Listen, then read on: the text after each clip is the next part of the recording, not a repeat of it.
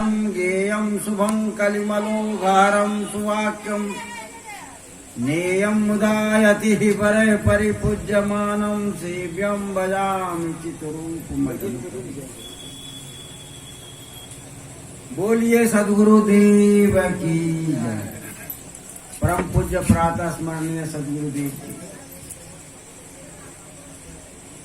मंच को संचालन कर रहे हैं मंचाध्यक्ष श्रद्धेय महात्मा परमेश्वर साहब,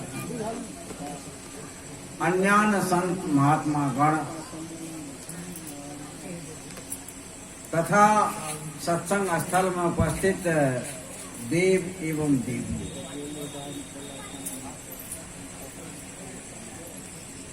आज मैं कुछ उन महापुरुषों का जो महापुरुष सदगुरु कबीर साहब से शास्त्रार्थ किए थे और उनका नाम सर्वाजित पंडित था। और जब सदगुरु कबीर साहब से वह हार गए, तब जब सदगुरु कबीर साहब के चरण में अपने आप को समर्पित किए, जो चारों वेद के ज्ञाता, छवो शास्त्र के ज्ञाता, जो 16 बैल पर वेद पुराण वगैरह लाद करके आए थे, ताम्रपत्र भोजपत्र प्रशस्ति पत्र उनके जीत का था सब जगह।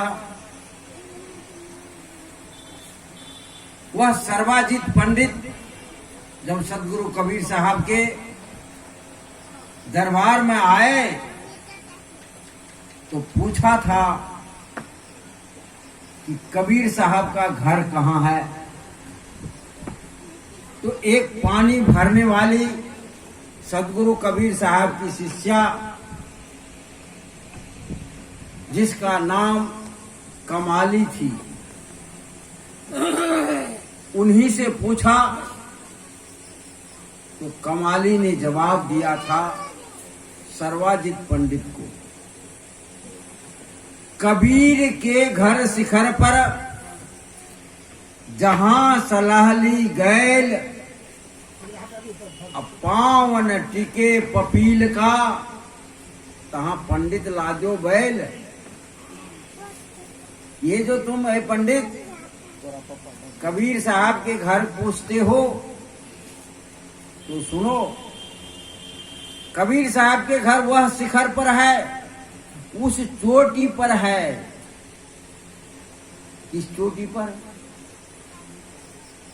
जहां पिपीलका का भी पैर नहीं टिकता।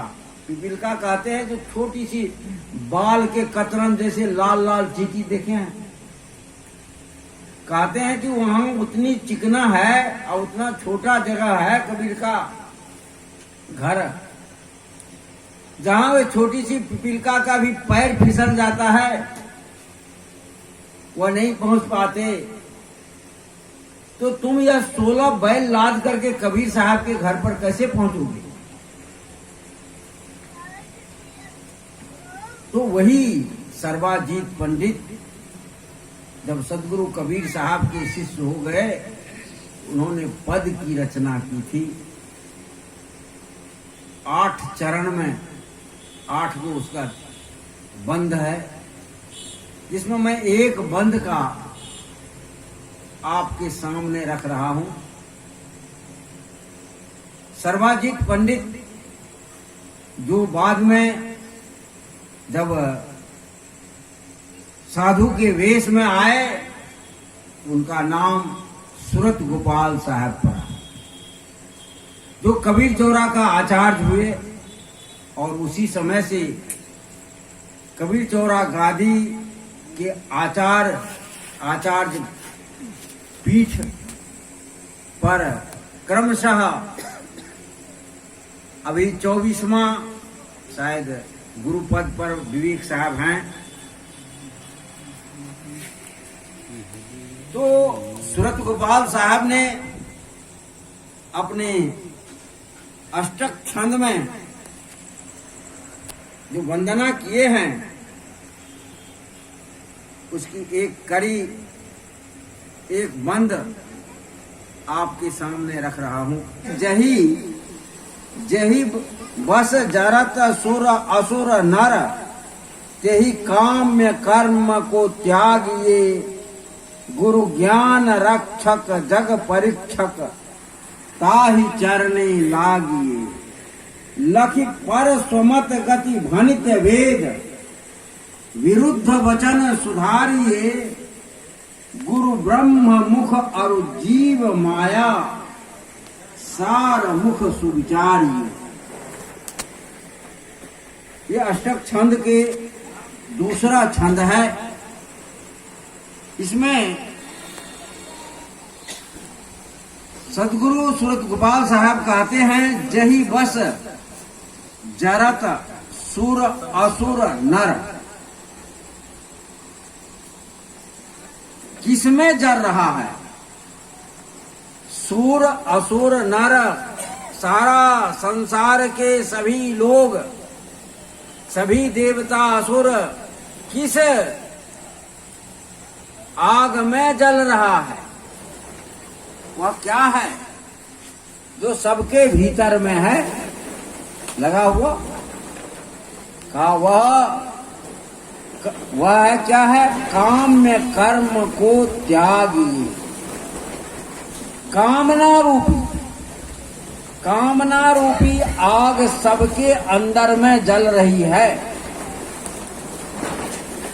चाहे वह देवता हो, सुर हो, असुर हो, नर हो, कोई भी हो, उसकी कामनाएं रात दिन बढ़ती रहती है। यह प्राप्त करे, वह प्राप्त करे, वह प्राप्त करे, वह प्राप्त। जही बस जरत सुर असुर नर, तेहि काम्य कर्म को त्यागिए। सदगुरु सूरत गोपाल साहब कहते हैं कि जही बस जरत सुर माना देवता, देवता के अंदर भी अनंत इच्छाएं हैं। आप तमाम देवताओं के चरित्र को सुनो, उसके कर्तव्य को देखो, कोई भी किताब को पढ़ो, पुराण को पढ़ो, तो उसमें देवता की बातें आती है। तो कहते सुर माने देवता, असुर माने राक्षस। जो राक्षस कर्म करने वाला, जो भक्ष को खाने वाला, जो दूसरे को पीड़ा दे करके अपने सुख को प्राप्त करने वाला, वह। और नर जो परिश्रम करके जीवन जीते हैं, खाते हैं, अपने भी खाते हैं, दूसरे को भी खिलाते हैं। और नर में ही तीनों प्रवृत्ति के लोग होते हैं। देव प्रवृत्ति के लोग, असुर प्रवृत्ति के लोग और नर प्रवृत्ति के लोग, तीनों होते हैं। तो कहते हैं जही बस जरत सुर असुर नर, तेहि काम में कर्म को त्यागी। वह जो कामना रूपी कर्म है सबके अंदर में है। जब तक आपके अंदर कामना है तब तक आपके जीवन में अशांति है, तब तक आपके जीवन में दुख है, तब तक आपके जीवन में परेशानी है, तब तक आपके जीवन में परमानंद नहीं है, परमात्मा की प्राप्ति नहीं है। तो इसलिए सदगुरु कहते हैं यही काम में कर्म को त्यागी। तब इसको त्याग करके करें क्या? तो गुरु ज्ञान रक्षक जग परीक्षक, गुरु ज्ञान रक्षक जग परीक्षक, ताहि चरणे लागी।